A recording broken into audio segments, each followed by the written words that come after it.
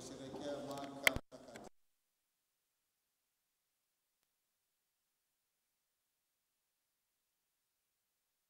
Mahujaji wa matumaini maana yake nini? Mahujaji wa matumaini maana yake Mungu ametumba sisi na kutuweka hapa duniani kwa malengo maalum. Malengo yenyewe ni haya: tumjue, tumpende, tumtumikie, hatimaye tukamfikie yeye katika milele wake. Tukiwa katika safari ya kumfikia yeye, tunasafiri kwa matumaini.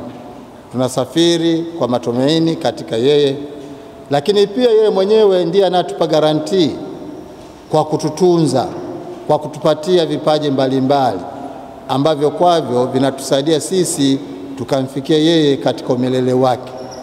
Leo sisi wanalitui tunakusanyika kumshukuru Mwenyezi Mungu kwa jinsi anavyotutunza, kwa jinsi anavyotutembeza kuelekea kwake, makazi yake milele, kwa kutupatia mahitaji yetu ya kila siku. Na hitaji moja la msingi sana ni maji.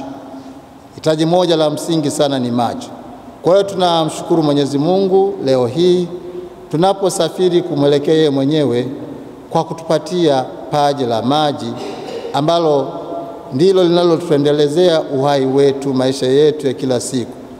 Ni kipengele muhimu sana katika maisha yetu ya kila siku.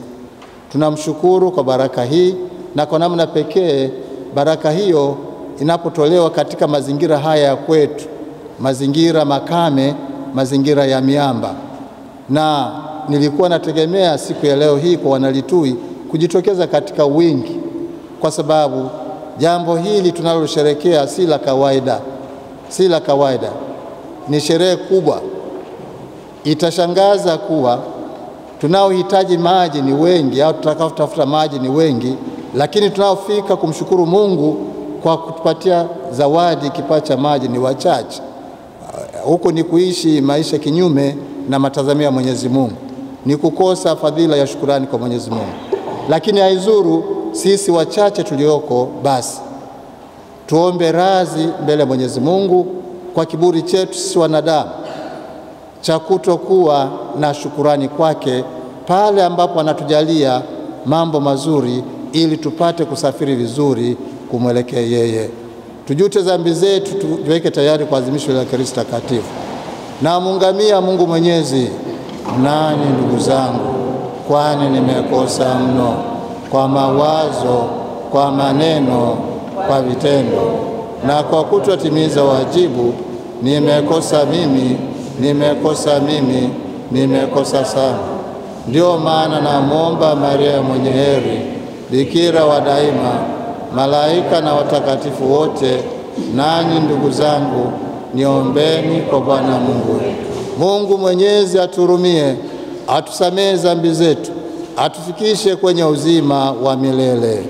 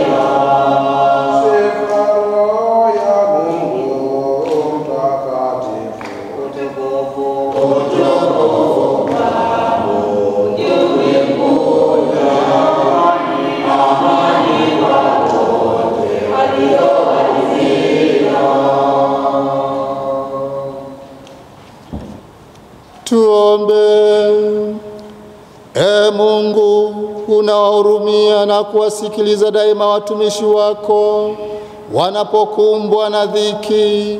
Tunakushukuru kwa ajili ya wema wako na kukusihi utuopoe na maovu yote, ili tukutumikie daima kwa furaha, kwa njia ya Bwana wetu Yesu Kristo mwanao, anaishi na kutawala nawe katika umoja wa Roho Mtakatifu, Mungu milele na milele.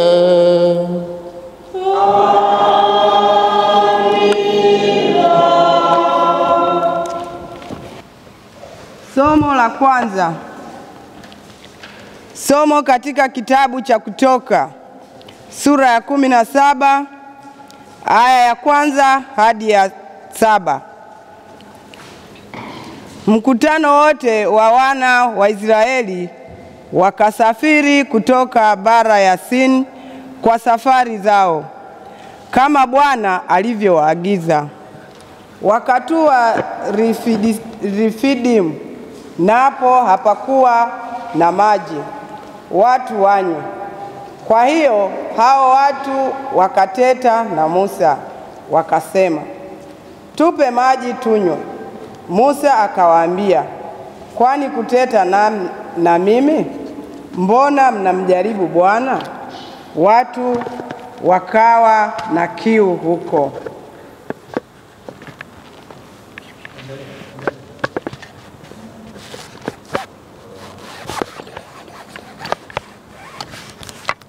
Nao wakamnung'unikia Musa wakisema, mbona umetupandisha kutoka Misri kutuua sisi na watoto wetu na wanyama wetu kwa kiu?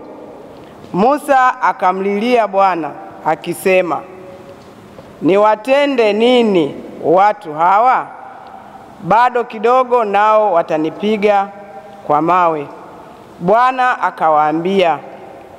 akamwambia Musa, pita mbele ya watu, ukawachukue baadhi ya wazee wa Israeli pamoja nawe, na ile fimbo yako ambayo uliupiga mto kwayo uitwae mkononi mwako, ukaende.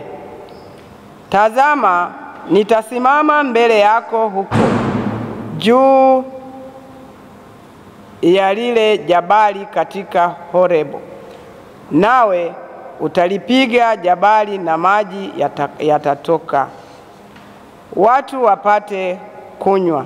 Musa akafanya hivyo mbele ya wazee wa Israeli, akapaita mahali pale jina lake Masa na Meribo, kwa sababu ya mateto ya wana wa Israeli na kwa sababu ya walimjaribu Bwana wakisema, je, Bwana yu kati yetu au sivyo? Hilo ndilo neno la Bwana.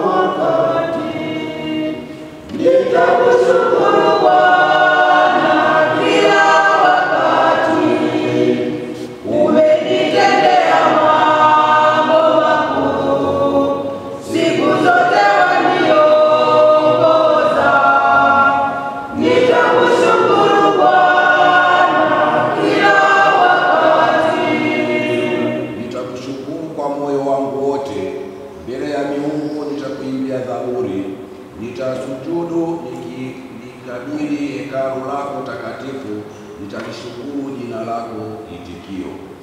Nitakushukuru Bwana kila wakati. Nitakushukuru Bwana kila wakati. Umenitendea mambo makuu.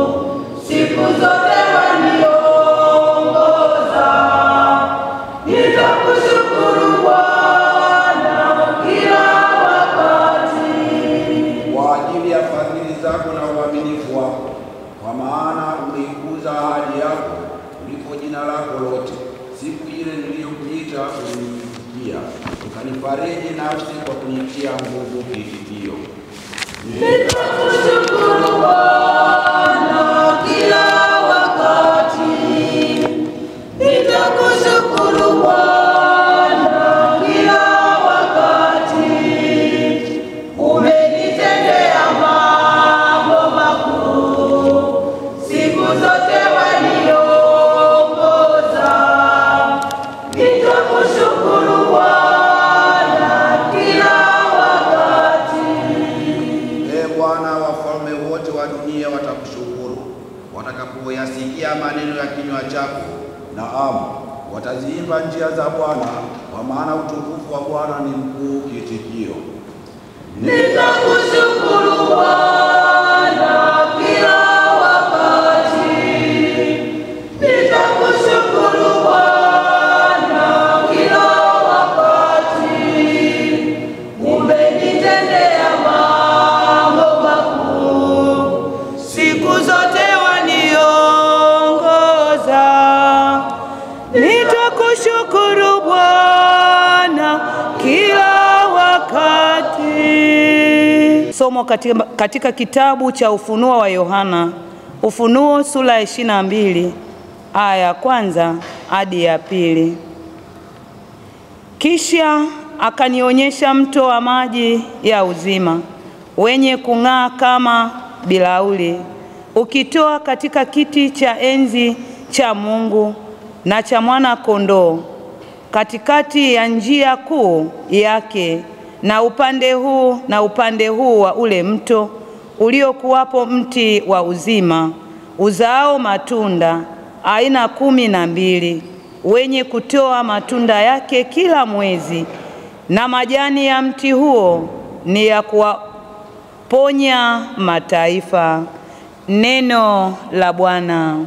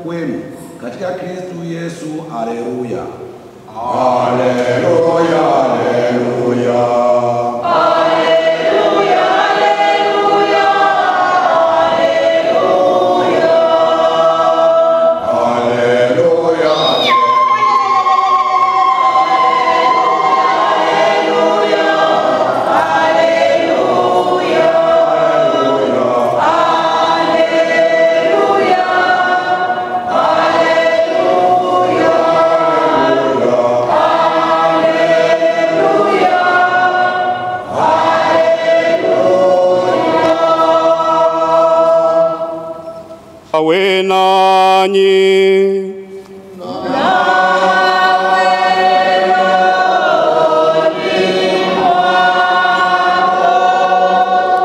Somo la Injili takatifu ilivyoandikwa na Yohane.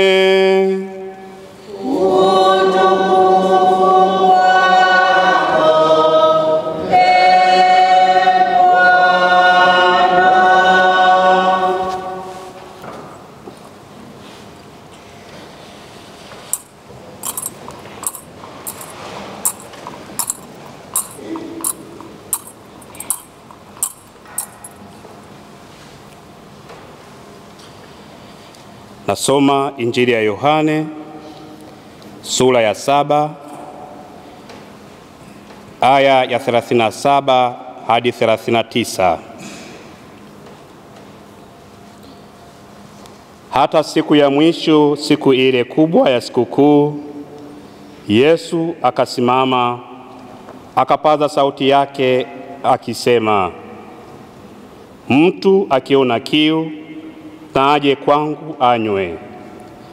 Aniaminie mimi, kama vile maandiko yalivyonena, mito ya maji yaliyo hai itatoka ndani yake. Na neno hilo alilosema katika habari ya Roho, ambaye wale wamwaminio watampokea baadaye, kwa maana Roho atakuwa hajaja, kwa sababu Yesu alikuwa hajatukuzwa. Neno la Bwana.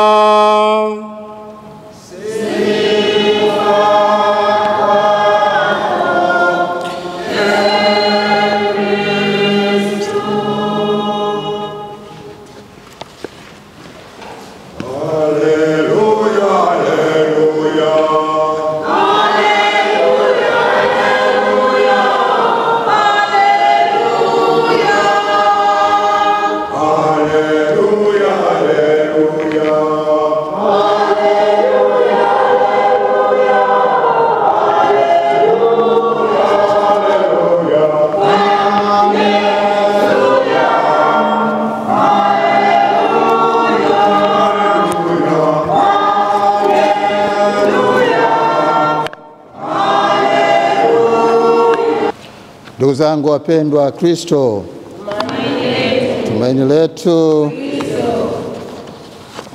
Jubilei 2025,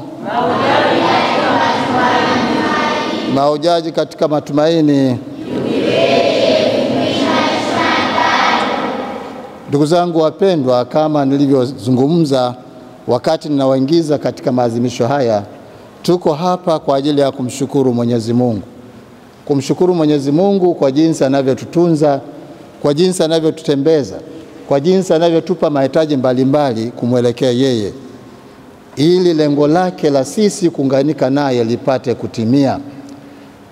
Ni mahujaji, tuko safarini kuunganika na Baba wa milele. Wanangu wapendwa, mnafahamu na tunafundishwa kuwa Mungu ametuumba na kutuweka hapa duniani ili kwanza tupate kumjua, tukishamjua tumpende, na kupenda kwetu kuoneshwe katika kumtumikia. Na tunapomtumikia vizuri, twende kwake, tuunganike naye katika umilele wake. Sasa katika mchakato wetu wa kusafiri kutoka hapa kumwelekea yeye, tunakabiliana na changamoto mbalimbali, tunakuwa na mahitaji mbalimbali. Mojawapo ni maji. Hatuwezi tukamtumikia Mungu vizuri kama tuna ukosefu wa maji, kama tuna mahangaiko juu ya upatikanaji wa maji. Sasa pale ambapo Mwenyezi Mungu anatupa zawadi hiyo, anatupa kipaji hicho, lazima tumshukuru. Maji ni kitu cha muhimu katika maisha yetu sisi na maisha ya viumbe vyote vyenye uhai. Hata wanafalsafa wanaeleza mambo ya msingi kwa maisha ya mwanadamu. Kuna maji, kuna hewa, kuna moto. Mambo haya matatu yakikosekana katika binadamu, hawezi kwenda. Tukose maji hapa, sisi sote, mifugo yetu, mashamba yetu yote yatakauka, manake yatakufa. Tukose hewa, sote tutakufa. Tukose moto wa kupika, kuchemusha vyakula vyetu, hatutakuwa na maisha yenye utulivu. Leo sisi hapa Litui tunasherehekea zawadi hiyo ya maji aliyotupatia Mwenyezi Mungu. Na tunasherehekea zawadi hii ya maji aliyotupatia Mwenyezi Mungu katika mazingira ambayo tumeyapitia magumu sana. Kila mwana Litui atang'amua ugumu wa upatikanaji wa maji hapa Litui. Mababu zetu, mabibi zetu, mtakumbuka walivyohangaika. Lakini hata sisi wenyewe, jana tu nimefika hapa, nakuta msururu wa watu wakipandisha kuja kuchota maji hapo juu. Tena wanatoka Litui kule chini kabisa, manake wanatembea kitambo kirefu. Kwa hiyo zawadi inatujia wakati mwafaka na katika mazingira mwafaka. Mazingira ya ukame, mazingira ya hali ya mwamba. Hapa Litui karibu kila sehemu ni kame na miamba. Tazameni huko Mwera Mpya mawe yalivyojaa na kila mahali unapopita. Na katika kutafiti ilitakiwa tupate hapa maji ya mtiririko, maji ya mserereko kutoka milimani. Kwa sababu ya hali ya miamba haikuwezekana kupata hapa maji ya mserereko na gharama yake ingekuwa juu. Lakini kilichofanyika nini? Kilichofanyika ni kutumia mazingira haya ya kwetu ambayo ni makame, na sote tunayoshuhudia ni makame, yanapatikana maji. Na huo ni muujiza.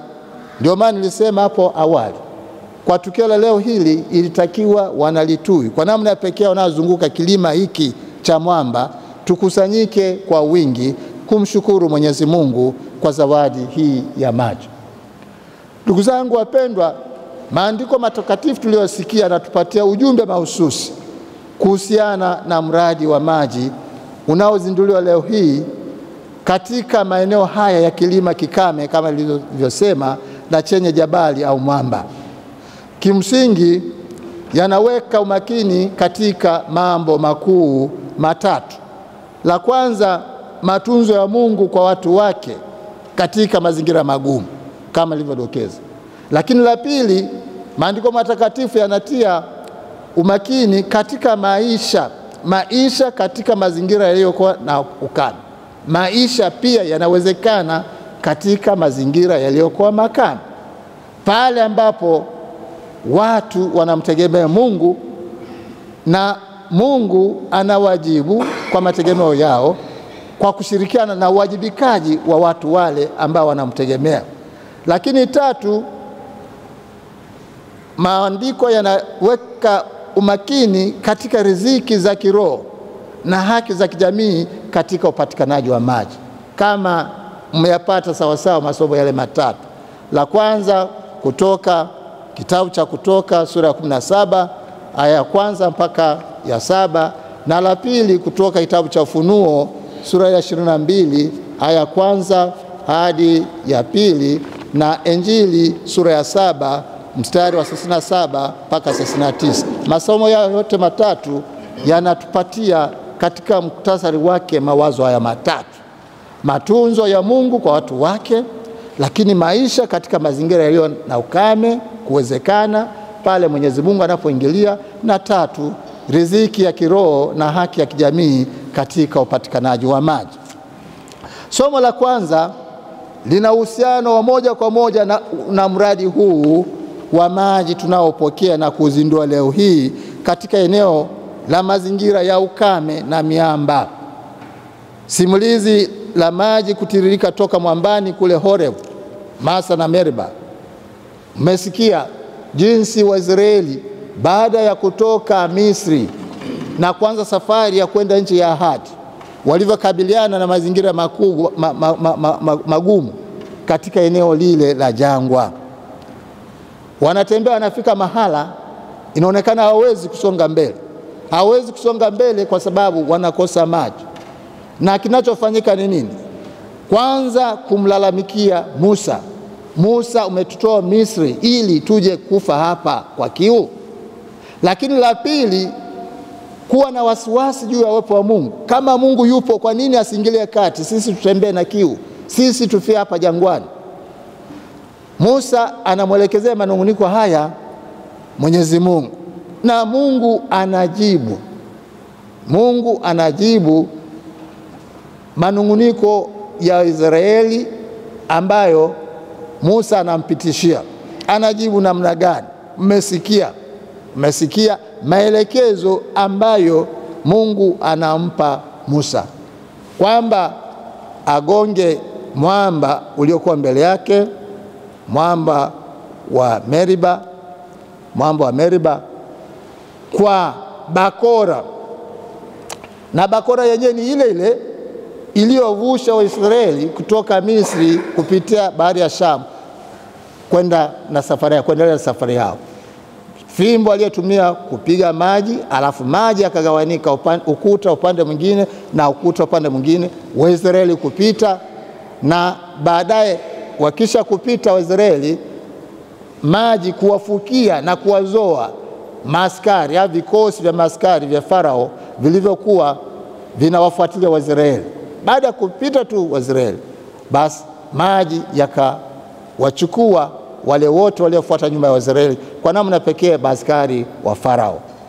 Fimbo ile, bakora ile, ndiyo aliyokuwa anatembea nayo Musa wakati wote katika safari ya Waisraeli jangwani kuelekea nchi ya ahadi, kuelekea nchi takatifu. Sasa wanapokabiliana na shida ya maji, Mungu anamwelekeza apige bakora ile ya mwamba kule bondeni, yeye akiwa juu ya jabali, Mungu akiwa juu ya jabali, alafu yeye kule chini ya jabali apige fimbo kwenye mwamba ule, alafu aone kinachotokea. Ni kweli Musa anapiga kiboko bakora ile kwenye mwamba ule kule bondeni, na maji yanatoka. Ndugu zangu ni wapendwa, maandiko haya matakatifu nimesema yanahusiana moja kwa moja na mradi wa sisi hapa. Litui iko juu, Litui katika maana ya kitovu cha Litui, iko juu ya jabali la mwamba, alafu maji yamepatikana kule chini. Wale walioko chini ndio waliopiga kiboko, waliotengeneza maji kule ndio waliopiga kiboko kwenye mwamba huu, na Mungu kutoka hapa juu ndiye aliyebariki na kuwawezesha wale waliopiga kiboko kwenye mwamba, na hivi kuleta maji kwa Israeli. Kwa hiyo katika tukio hili unaona jinsi Mungu anavyoingilia kati mazingira magumu. Niwaombe tuwashukuru, tunapomshukuru Mwenyezi Mungu, tuwashukuru wale waliopiga kiboko mwamba huu wa Litui kule chini na kufukua hata kupata maji. Wapigeni makofi mafundi wetu hao.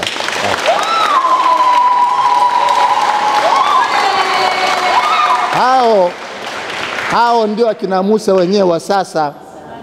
Hao ndio akina Musa wenyewe wa sasa ambao wamepiga mwamba, kiboko, bakora kwa kutumia vifaa vile ambavyo wamepewa na Mwenyezi Mungu, na maji yamebubujika kutoka mwambani. Na hivi sisi mahangaiko yetu, kiu yetu, tabu zetu kupunguka katika safari yetu ya kuelekea kwa Baba wa milele kama mahujaji, kama vile Waisraeli walivyokuwa wanatoka Misri wakakabiliana na tabu za maji. Musa anatoa suluhu kwa amri ya Mwenyezi Mungu mwambani. Ndivyo sisi tunavyosafiri na kupitia magumu mbalimbali kwa namna pekee ya maji, lakini Mungu anawaamuru watumishi wake wafanye chochote kwenye mwamba chini, alafu na sisi tupate unafuu katika safari yetu ya kumwelekea Mwenyezi Mungu. Ndio maana nasema pamoja na kumshukuru Mwenyezi Mungu, tuwashukuru wale waliopiga mwamba kule bondeni hata maji yakatoka. Asante sana timu ya utekelezaji wa mradi huu na mainjinia wake kwa kusikiliza sauti ya Mungu kwamba mpige mwamba huu pale bondeni na muyatoe maji. Asanteni, Mungu awabariki sana.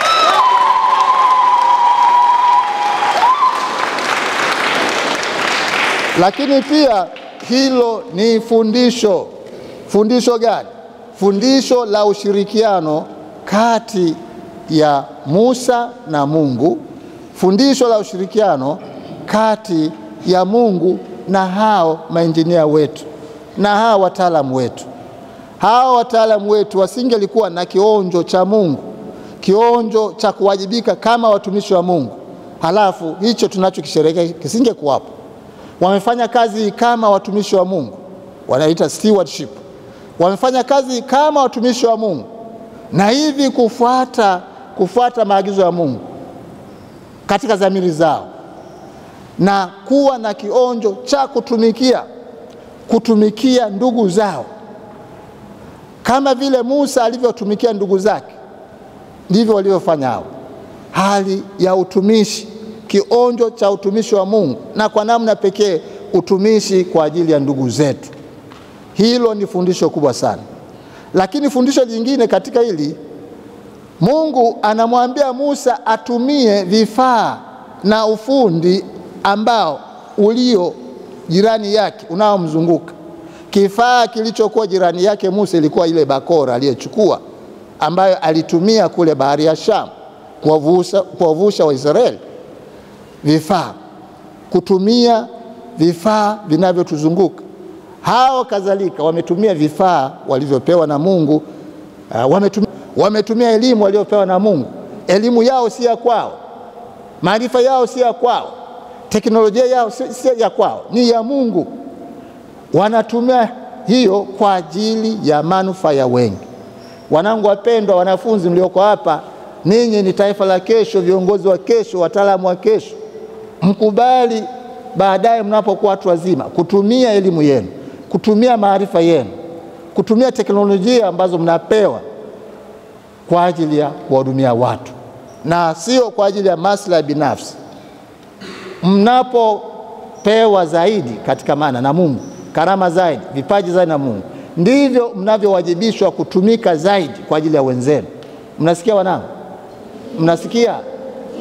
Kazaneni kusoma, mpate elimu, mpate maarifa, mjue teknolojia mbalimbali kwa ajili ya kuwasaidia ndugu zenu, sio kwa ajili ya maslahi binafsi. Hao maengineer wanatoka mbali sana, nyinyi hamfahamu wanakotoka, wanatoka mbali sana hao. Lakini isitoshe, wale ambao waliona hitaji la hapa, shida ya hapa, tabu ya hapa, hawako hapa. Waliokuwa na maono ya hapa wako hapa, wako mbali sana. Wengine wako Vatican, wengine wako Marekani, hawako hapa. Hao ndio walioelekezea, waliopata zawadi ya maono katika eneo hili, kwamba Litui kuna shida, Litui kuna shida. Ndio hao maono ya Marekani, maono ya Vatican.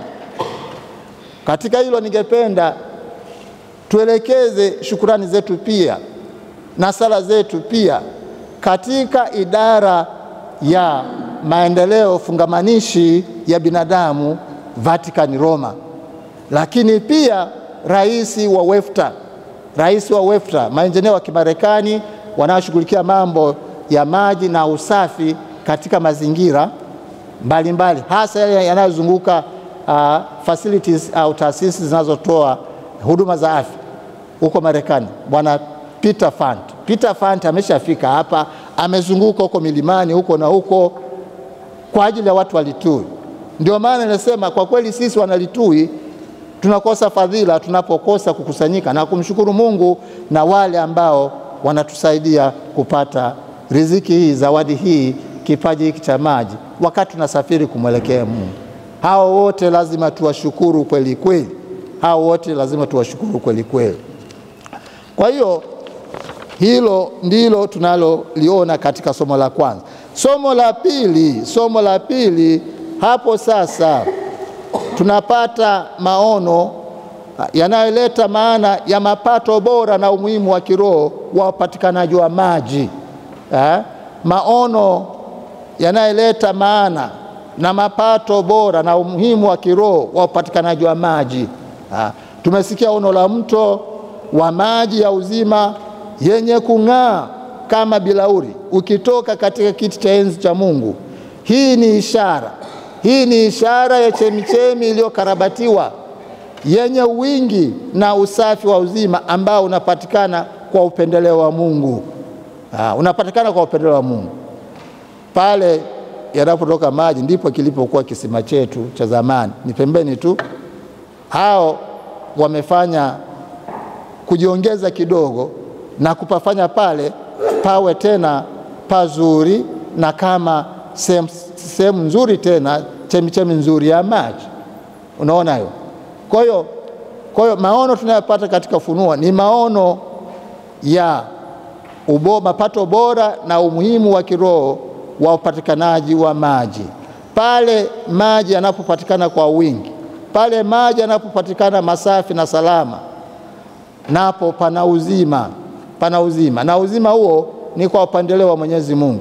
Tunapopata uzima kutokana na maji safi na salama, basi tunachuchumia kurudi kwa Mungu. Tunachuchumia kuishi maisha maadilifu tukimwogopa Mungu, kwa sababu yeye ndiye anayetubarikia sisi mambo haya mazuri. Na tunaporudi kwa Mungu kusema asante na kurejesha mahusiano yetu na Mungu kwa kuishi vizuri na wenzetu, hapo maisha yetu ya kiroho yanapata tija. Hayapati mahangaiko. Hatupati mahangaiko katika kuweka thamani maisha ya kiroho. Mradi huu tutakapoutumia, wengi wetu tutaokoa muda na hivi kuwa na muda wa kuja hapa kanisani. Baada ya kupoteza muda mwingi kutafuta maji huko na huko, unafika mahala unapata maji ya uhakika, alafu natumia unakuja kanisani na wajibu wako wa kiroho unapata kuutimiza. Mnaona jinsi upatikanaji wa maji unavyoleta tija hata katika maisha ya kijamii. Kwa hiyo napenda kukazia sasa, afya zetu zitakuwa uheni, tutakuwa na ustawi ambao utatokana na maji hayo, na jamii zetu zitakuwa na unafuu na zitafanyika upya, na hivyo sisi sote tutakaokuwa tunatumia maji hayo tutakuwa na mazingira ya kuwa na fursa ya kumwona Mungu katika maisha yetu kwa karibu zaidi, lakini pia kumwona Mungu katika sura za wenzetu wanaotumia maji haya. Na huko ndiko sasa kunako tupelekea sisi kwa namna pekee kamati ile ya maji inatupelekea sisi kuona lengo na wajibu wa kimaadili wa kuhakikisha kuwa mradi huu wa maji unatengeneza mazingira ya kuwa na chemichemi ya maji safi ya usalama na haki na endelevu, ili kuhakikisha maisha yetu ya kiroho yanakuwa matulivu na ya hakika. Injili umesikia Bwana wetu Yesu Kristo akiwaalika watu waje kwake wakapate maji. Mungu ndiye uhai. Mungu ndio uhai. Na Yesu katika Injili ya Yohana anajieleza kuwa ndio anayetoa maji ya uzima wa milele, maji yenye uzima wa milele. Lazima tuunganishe juhudi zetu za upatikanaji wa maji na Kristo aliye chemchemi ya uhai, aliye chemchemi ya maji ya uhai. Wanangu wapendwa, na wahimiza tena kuja kanisani, sawa? Kuja kanisani kusali na kumkiri Mungu kuwa yuko na anatusaidia, na kwa namna pekee kumkiri Yesu kuwa ndiye uzima wetu. Yeye ndiye anatupa maji ya uhai, na maji hayo hupatikana kwa njia ya Roho wake Mtakatifu, kama anavyozungumza Yesu mwenyewe kwamba alizungumza akimrejesha Roho Mtakatifu ambaye ndiye chemchemi ya vipawa vyote, chemchemi ya karama zote, chemchemi ya mema yote tunayoyapata sisi zetu hizi baada ya yeye kutukuzwa kuwa mbinguni. Na kwa hiyo ndugu zanguni, nitimishe kwa kusema kuwa mradi huu tunaopokea leo hii, mradi huu unaohitimishwa leo hii kwa kuzinduliwa, kunaweza kuelezwa kuwa ni utimilifu au utekelezaji halisi wa mada hizo nilizozieleza kibiblia, kwa kukazia kuwa mosi, mradi huu unaashiria kutuletea uhai toka kwenye ukame, uhai toka kwenye ukame, na hivi kutengeneza chemichemi katika mazingira ya magumu ya miamba na ukame, kama vile Mungu alivyowapa maji taifa lake la Israeli toka mwambani. Hapo tunaona mamlaka ya Mungu juu ya viumbe vyake. Mamlaka ya Mungu ile. Mbele ya Mungu hakuna kitu kinachoshindikana. Sijui mwambani, sijui wapi, inawezekana. Na ushuhuda ni hapa. Tumetaabika miaka mingi sana, Hilo la kwanza, kuzitambua mamlaka za Mungu, utendaji wa Mungu katika maisha yetu ya kila siku, hata yale yaliyokuwa magumu. Lakini pili, mahitaji ya kimwili yakitimilizwa vizuri ni sababu ya kutimilizwa kwa mahitaji ya kiroho. Nimezungumza pale watu tunapopata unafuu katika upatikanaji wa mahitaji ya msingi kiwamo maji, tunapata fursa sasa za kumwona Mungu katika maisha yetu, fursa sasa za kwenda kumwabudu, fursa sasa za kwenda kumshukuru. Lakini tatu, sisi kama mahujaji wa matumaini, sisi kama mahujaji wa matumaini, kwa tukio ile tunalosherehekea, tunapewa matumaini katika wingi, usafi na usalama wa maji tunayapata, kwamba yatatusaidia katika safari zetu, katika hija yetu ya kumwelekea Mwenyezi Mungu. matumaini. Lakini pili, tunapewa matumaini katika safari yetu wakati tunapokutana na misukosuko, tunapokutana na magumu mbalimbali, kwamba pale penye magumu bado kuna matumaini.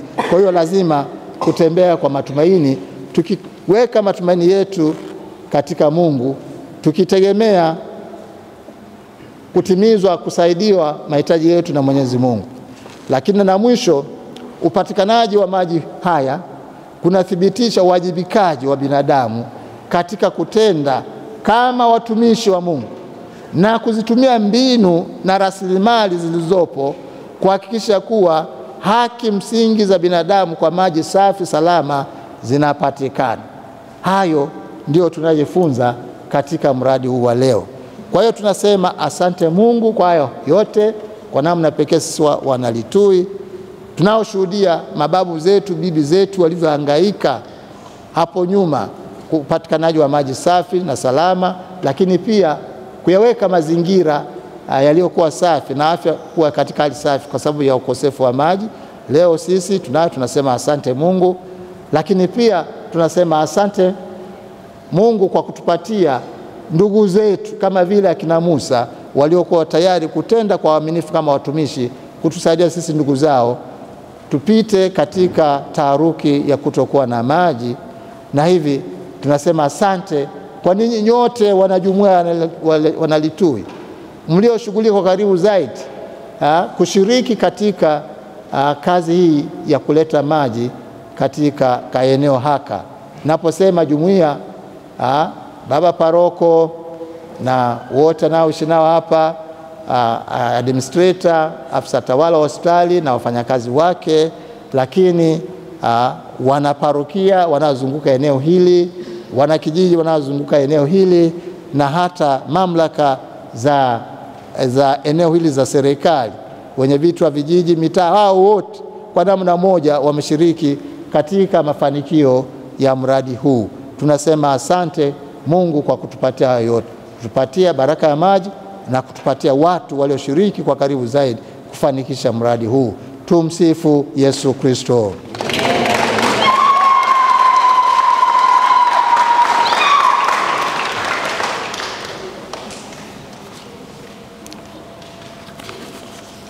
Na sasa tupige magoti tuombe. Mwema na mpaji wa vyote, tunakutolea sala na shukrani zetu kwa kuwa kwa neema yako maaskofu wetu na mapadre wetu wanazidi kuliongoza kanisa lako kuihubiri Injili na kutolea sadaka ya wokovu ya dunia na kuangalia makundi uliyowakabidhi na kuwa salama. Tunaombea afya njema ya kiroho, lakini pia ya kimwili na akili, ili tupate kuongozwa vizuri. Bwana,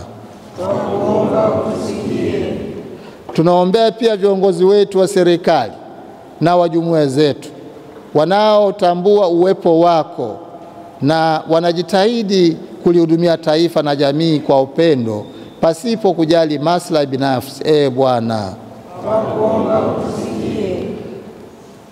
tunakushukuru kwa kuwa umetujalia uhai, umetujalia marafiki, majirani, mali asili na vipaji vyenye kutuletea mafanikio na matumaini ya kuwa maisha mapya yenye fanaka. Kwa namna pekee sisi jamii ya Litui leo hii tunapoanza maisha mapya kwa kufaidi kipaji cha maji ambacho kitatuchukua katika safari yetu ya kuja. Tunakushukuru kwa kuwa unawaita watu wengi na kuwateua waishi miito mitakatifu ya ndoa, ukatekista, utawa na upadre, lakini pia wengine kuwapa taaluma mbalimbali, tasnia mbalimbali, ili wapate kulitakatifuza kanisa lako na taifa lako katika ujumla wake. Bwana, tunashukuru juhudi za mashirika mbalimbali na wataalamu mbalimbali zilizowekeza nguvu zake katika upatikanaji wa maji hapa Kilimani Litui. Kwa namna pekee idara ya maendeleo fungamanishi ya binadamu huko Vatican Roma, lakini pia shirika la WEFTA huko Marekani, lakini pia shirika la SAWA hapa Tanzania, kwa kazi nzuri walioifanya. Hata sisi leo hii tunafurahia uzinduzi wa mradi wa maji. Bwana, tunawaombea ndugu zetu marehemu, kwa namna pekee mababu zetu, bibi zetu, ambao wameangalia kuwa tunu za maisha ya kiinjili na maisha maadilifu zinapata kudumishwa katika maisha yetu, lakini zama zao wakapitia mazingira magumu kwa namna pekee ya upatikanaji wa maji safi, salama na mazingira yaliyokuwa safi sawa ya kukosa maji. Hao wote wapewe tuzo la milele huko mbinguni kwa nia yao njema walizokuwa nazo wakati huo wako hai, wakisamehewa makosa yao madogo madogo. Bwana, Mungu, shukrani zetu na ziwe maungamo ya unyonge wetu mbele yako na ya ukuu wako na uweza wako. Mungu mkarimu, tunakushukuru na tunaendelea kuomba sisi ambao umetudhaminisha na unatudhaminisha mradi huu, tupewe nguvu zaidi ya kuutunza mradi huu ili uendelee kuwasaidia vizazi na vizazi, kwa njia ya Kristo Bwana wetu.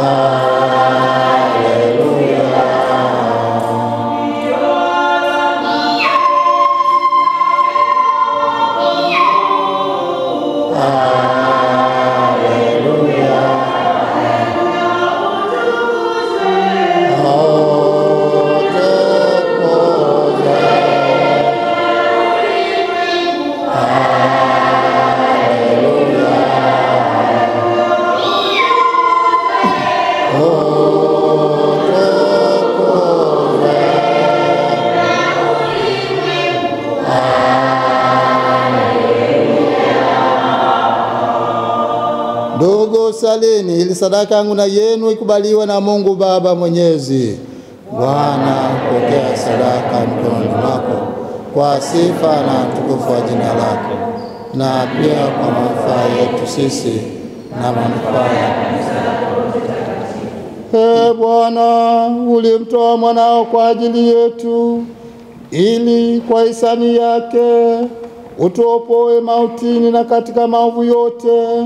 Tunakuomba upokee kwa huruma sadaka hii ambayo tunakutolea kwa ajili ya kukushukuru, kwa kuwa umetuondoa katika taabu zetu kwa njia ya Kristo Bwana wetu.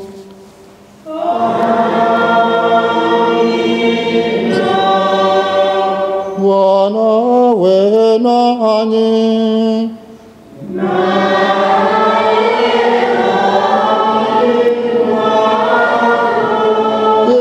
Inueni mioyo.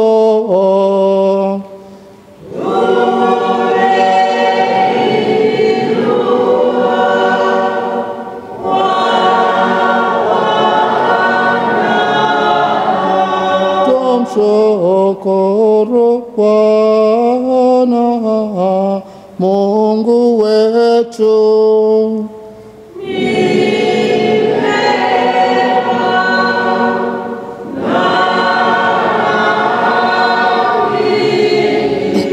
Kweli ni vema na kitendo la kufa na la kuleta wokovu, tukushukuru daima na popote. Bwana Baba uliye mtakatifu, Mungu mwenyezi wa milele, wewe una haja na sifa yetu, lakini sifa hii ni kipaji chako tunachokurudishia kwa shukrani. Maana nyimbo zetu za sifa hazikuzidishi kitu, bali zatufaa sisi kupata wokovu kwa njia ya Kristo Bwana wetu. Kwa hiyo pamoja na malaika wa mbinguni tunakusifu tukiungama kwa furaha, tukisema ni mtakatifu, mtakatifu Bwana Mungu wa majeshi. Mbingu na nchi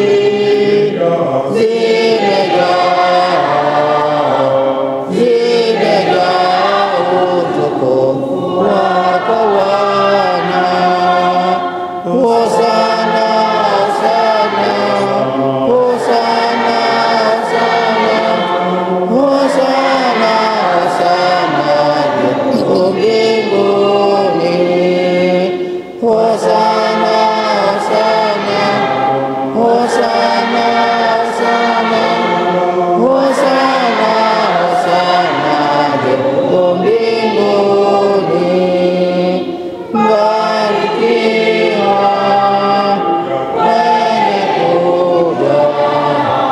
mwenye kuja kwa jina lake Bwana. Mbarikiwa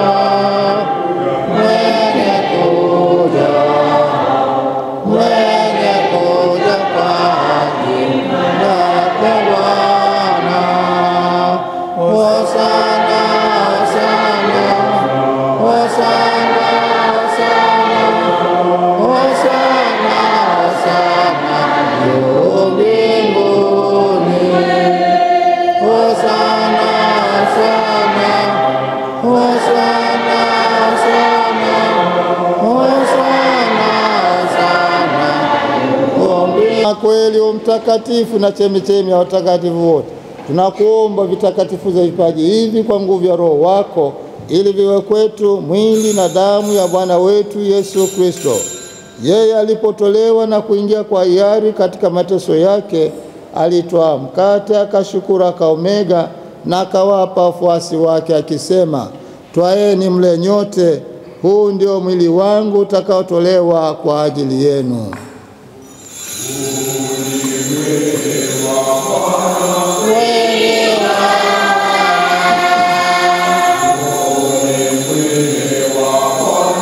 Mwili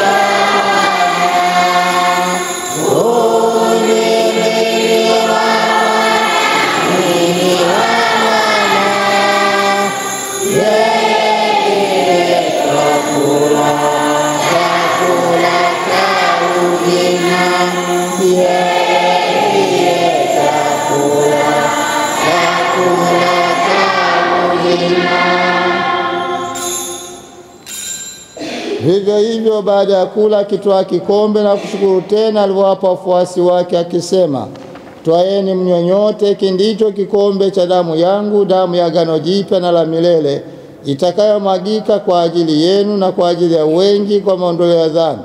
Fanyeni hivi kwa ukumbusho wangu.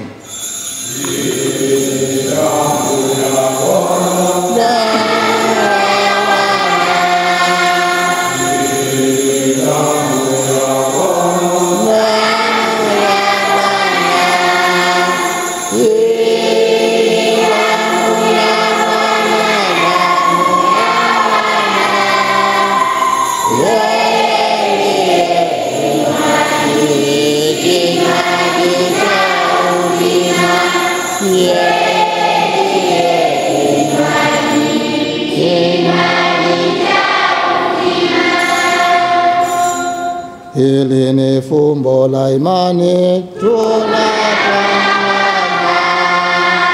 Hili ni fumbo la imani tunatangaza. Twatangaza kifo chako na kutukuza mwaka utakapofungua utakapokuja tena.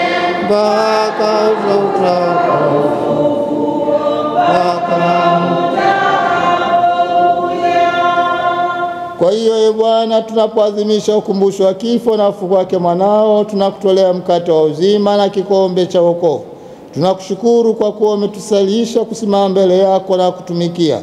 Pia tunakusihi kwa unyenyekevu, ili kwa kushiriki mwili na damu ya Kristo tukusanya Roho Mtakatifu tupate kuwa jamaa moja. Ee Bwana, ulikumbuke kanisa lako lililoenea popote duniani, ulikamilishe katika mapendo. Pamoja na Baba Mtakatifu wetu Leo wa 14, Askofu wetu John Ndimbo na waklero wote.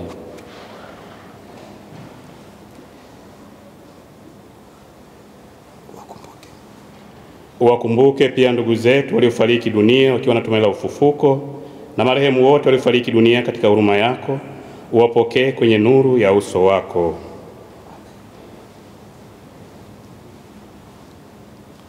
Tunakuomba uturumie sisi sote, ili pamoja na Maria Bikira mwenye heri mama wa Mungu na Mtakatifu Yosefu mume wake huyu Bikira, mitume wenye heri na watakatifu wote waliokupendeza tangu kale, tustahili kushiriki uzima milele na kusifu na kutukuza kwa njia ya mwanao Yesu Kristo. Kwa njia yake, pamoja naye na ndani yake, wewe Mungu Baba Mwenyezi, katika umoja wa Roho Mtakatifu, unapata heshima yote na utukufu milele na milele.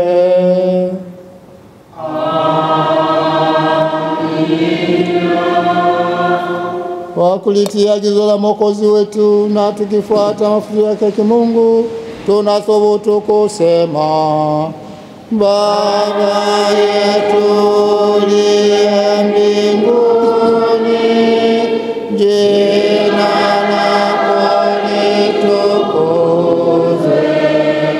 ufalme wako ufike, utakalo lifanyike duniani kama mbinguni. Utupe leo mkate wetu wa kila siku, utusamehe makosa yetu kama tunavyowasamehe na sisi waliotukosea, usitutie katika kishawishi, lakini utuokoe maovu. Ee Bwana, tunakuomba utuopoe katika maovu yote, utujalie kwa wema amani maishani mwetu, kusudi kwa msaada huruma yako tuokolewe daima na dhambi, wala tufadhaishwe na jambo lolote, tunapotazamia tumaini lenye heri na ujio wa Mwokozi wetu Yesu Kristo. Kwa kuwa ufalme ni wako na nguvu na utukufu hata milele. Ee Bwana Yesu Kristo, uliambia mitume wako, amani na wacheni, amani yangu na wapa, usitazame dhambi zetu, ila tu imani ya kanisa lako. Upende kulijalia maana moja kama leo penzi yako, unaishi na kutawala milele na milele. Amin. Amani ya Bwana iwe daima nanyi.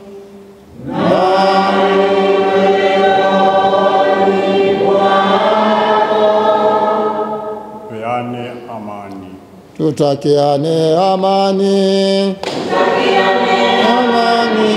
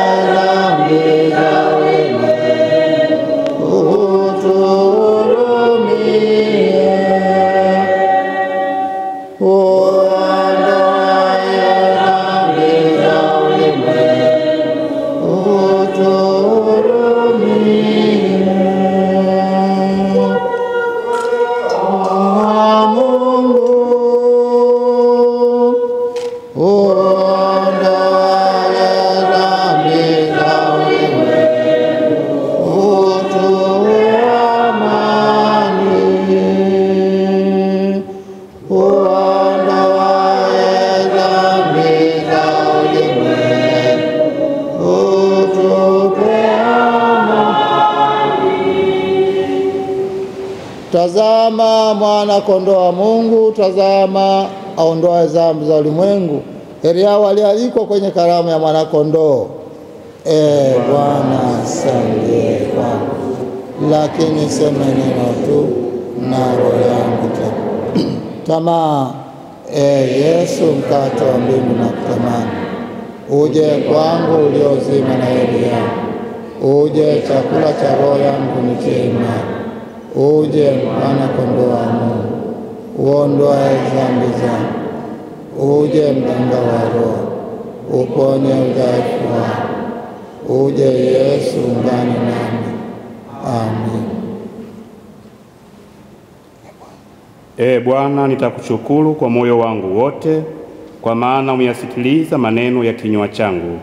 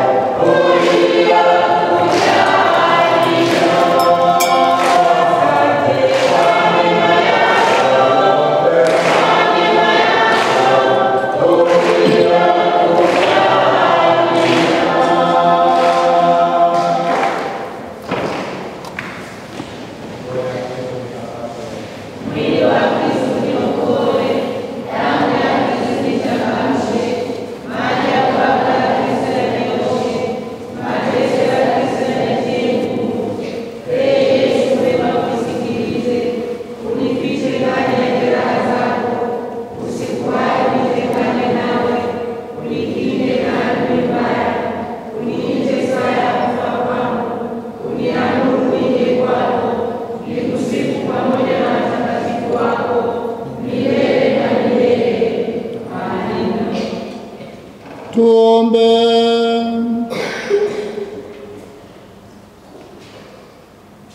Ee Mungu Mwenyezi, kwa njia ya mkate wa uzima unapenda kuwafungulia watumishi wako kifungo cha dhambi na kuwatia nguvu kwa wema wako. Utujalie tuzidi daima kuelekea utukufu tunaotumainia kwa njia ya Kristo Bwana wetu.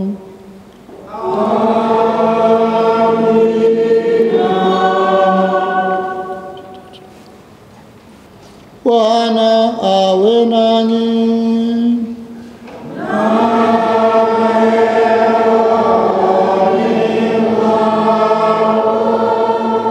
Jina la Bwana litukuzwe sasa na hata milele. Msaada wetu katika jina la Bwana aliyeumba mbingu na nchi. Awabariki Mungu Mwenyezi, Baba na Mwana na Roho Mtakatifu. Amen.